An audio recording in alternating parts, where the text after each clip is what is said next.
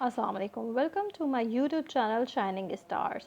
आज की वीडियो हमारी बेसिकली एक क्वेश्चन से रिलेटेड है जो कि CSS PMS की प्रिपरेशन के दौरान स्टूडेंट्स को बहुत ज़्यादा प्रॉब्लम पेश आता है, और वो ये है कि हम मैक्सिमम याद नहीं रख पाते चीज़ों को, और जो है फैक्ट्स एंड फिगर्स हम किस तरह याद करें या रट्टा हम किस तरह लगाएं या ऐसी क्या स्ट्रैटेजी अडॉप्ट करें कि हम लॉन्ग टर्म के लिए वो चीज़ें याद रख सकें। देखें, अभी चल रहा है सितंबर का एंड, और पेपर्स फेब में होंगे, मिड ऑफ द फेब, तो तब तक आते आते आपको टाइम लग जाएगा और आपकी चीज़ें भूलने के चांसेस हो सकते हैं। तो आप क्या स्ट्रेटजी अडॉप्ट करें? स्टूडेंट्स हमसे क्वेश्चन करते हैं कि हम क्या स्ट्रेटजी अडॉप्ट करें कि हमें लॉन्ग टर्म ड्यूरेशन के लिए चीज़ें याद रहें। तो आज का मेरा वीडियो बनाने का मकसद है कि मैं इन सारे क्वेश्चंस को एड्रेस करूं और स्टूडेंट्स को हेल्प आउट करें कि हम किस तरह मैक्सिमम तरीके से चीज़ें याद रख सकते हैं। तो इसके लिए अगर आपने मेरा चैनल सब्सक्राइब नहीं किया तो सब्सक्राइब कर दीजिए और बेल आइकन दबा दें ताकि आपको मेरी न्यू आने वाली वीडियोस का पता चलता रहे और आप उससे हेल्प आउट होते रहें। तो देखें, इसके बहुत सारे तरीके हो सकते हैं कि आपने किस तरह अपने आप को अडॉप्ट करना है, क्या स्ट्रेटजी अडॉप्ट करनी है। सबसे पहली और बेसिक और सबसे ज़्यादा माने जाने वाली जो स्ट्रेटजी है वो है लिखें। सबसे ज़्यादा लिखें। उसका तरीकाकार ये है कि अगर आपने सबसे पहले नोट्स जो बनाने हैं वो आपने बनाने हैं बुलेट फॉर्म में। ये बात आपने याद रखनी है कि नोट्स आप बुलेट फॉर्म में बनाएं, शॉर्ट करके बनाएं। कहानियाँ हम खुद लिख लेंगे, जितना लिखना होगा वो हम लिख लेंगे, लेकिन अगर आपको मेन इन्फॉर्मेशन याद रह जाएगी, आप अंदर कुछ भी लिख सकते हैं, उसका कोई फ़र्क नहीं पड़ता। ठीक है, आपने बुलेट फॉर्म में जो उसके अंदर बात लिखने वाली है वो लिखनी है। अब फॉर एग्जांपल अगर कुछ कह रहे हैं, इन्फॉर्मेशन ऐसी है कि जिसके अंदर उन्होंने बहुत बढ़ा चढ़ा के बताया है, कंपैरिजन दिया सालों का, 2007 में ये हुआ, 2008 में ये हुआ, तो आप उसको बुलेट फॉर्म में लिखें। और अगर आप ईयर वाइज कर रहे हैं, जैसे मैंने 2007 और 8 की एग्जांपल दी, तो अब बेहतर, मेरे अकॉर्डिंगली बेहतर ये है कि आप इसका ग्राफ बनाएं, ग्राफ में इसको लिखें। ठीक है, और वो कंपैरिजन को याद करें, वो ज़्यादा आसान होता है कंपैरिजन को याद करना। उसके बाद आपने करना ये है, उसको मेमोराइज़ किया, 10 मिनट्स मेमोराइज़ करें, 15 मिनट्स मेमोराइज़ करें, और कोशिश करें कि जब मेमोराइज़ करें या तो आप चहलकदमी करते हुए मेमोराइज़ करें, चलते फिरते। अपना रूम अगर आपने अलग से बनाया हुआ है तो वेल एंड गुड, उस रूम में आप चलते हुए आप उसको याद करने की कोशिश करें। अगर वो भी नहीं होता आपसे, तो एक रिसर्च के मुताबिक एक हमारे सामने बात आई है, वो ये है कि आप च्युइंग कर सकते हैं। बबल गम च्युइंग करते हुए अगर आप याद करें, तो जब आप लिखेंगे और बबल गम च्युइंग करते हुए लिख रहे होंगे तो आपको ज़्यादा बेहतर है। बड़ी अजीब सी बात है, लेकिन ये एक रिसर्च के मुताबिक यही चीज़ सामने आई है, तो आप ये भी अडॉप्ट कर सकते हैं। खैर, मैंने कभी आज तक ये वाली पॉलिसी अडॉप्ट नहीं की। चल के याद करें, चहलकदमी करते हुए वो चीज़ याद करें। उसके 2-3 फ़ायदे देखें। एक तो आपका वेट भी रिड्यूस होना शुरू हो जाएगा, दूसरा आपको मेमोराइज़ बहुत ज़्यादा होगा, फिर इसके अलावा आप और भी बहुत से फ़ायदे हो सकते हैं आपको। एनीवेज़, आपका पोस्चर से इस एक, अब बैठे बैठे पढ़ते पढ़ते पोस्चर ख़राब होते हैं, तो इस तरह आपका पोस्चर भी मेंटेन रहेगा। आप उसके बाद जब आपने मेमोराइज़ कर लिया, 10 मिनट्स लगाए, 15 मिनट्स लगाए, आपने मेमोराइज़ करने के बाद उसको लिखना है। आप उसको पेपर फॉर्मेट पे लिख के आएँ। देखिए, ये रिटर्न एग्ज़ाम है, इसमें राइटिंग ही काउंट करती है, तो आपने लिखना है। सिर्फ याद कर लेने से याद नहीं हो जाता, उसको रिटेन करना बहुत ज़रूरी है, तो उसको मेमोराइज़ में लॉन्ग टर्म ड्यूरेशन में याद रहे, वो चीज़ बहुत ज़रूरी है। आपने रद्दी की रद्दी निकालनी है लिख लिख के, सिर्फ यही एक तरीका है बेहतरीन तरीके से याद करने का। दूसरा एक तरीका होता है जो कि आम तौर पे डिबेटर्स और जो स्पीच करते हैं वो लोग अडॉप्ट करते हैं। वो तरीकाकार ये है कि आपने शीशे के सामने खड़े हो जाना है और आपने जो चीज़ याद कर रहे हैं आपने वो याद करते जाना है। अगर आपसे चल के याद नहीं होता तो आप खड़े होकर याद करें, वो ये वाला तरीका है। पर्सनली ये मैंने अपनाया हुआ है because I was a debater, तो ये तरीका भी अडॉप्ट किया हुआ है। उसके बाद इससे बहुत से फ़ायदे होते हैं। देखिए, आप चल गए तो आपको अपने पे नज़र भी रह सकती है, आपको अपना फोकस रहता है कि अच्छा ये बात करनी है, और फिर से एक्सेंट के सेट होने के भी चांसेस हैं। ठीक है, आपने वो करने के बाद उसको आप रिटर्न फॉर्म में, अगेन उसके बाद भी यही है कि आपने उसको रिटर्न फॉर्म में लेके आना है। ठीक है। इसके बाद आपको मेमोराइज़ करने का और लॉन्ग टर्म, देखिए एक बात याद रखिएगा, एक चीज़ आपने मेमोराइज़ कर ली, आपने लिख ली, ठीक है, वो आपकी हद तक था। जब तक आप उसको शेयर नहीं करेंगे वो आपको रिवॉर्ड नहीं मिलेगा।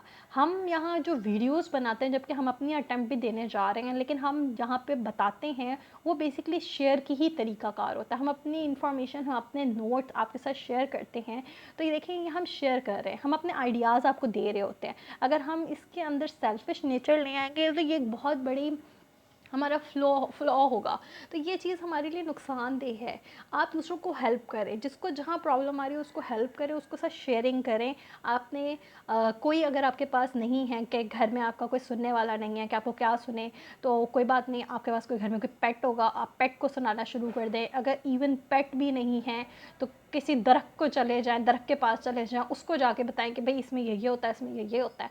अगर वो भी नहीं है तो सीधा दीवार के पास खड़े हो जाए, सिंपल दीवार को, दरवाजे को, किसी भी नॉन लिविंग थिंग आप उसको बताना शुरू कर दें। वो भी एक स्ट्रेटजी है कि आपको मेमोराइज रखने की। ठीक है। इसके अलावा आपने जो बेसिक तरीका अडॉप्ट करना है वो है फिंगर टिप्स का।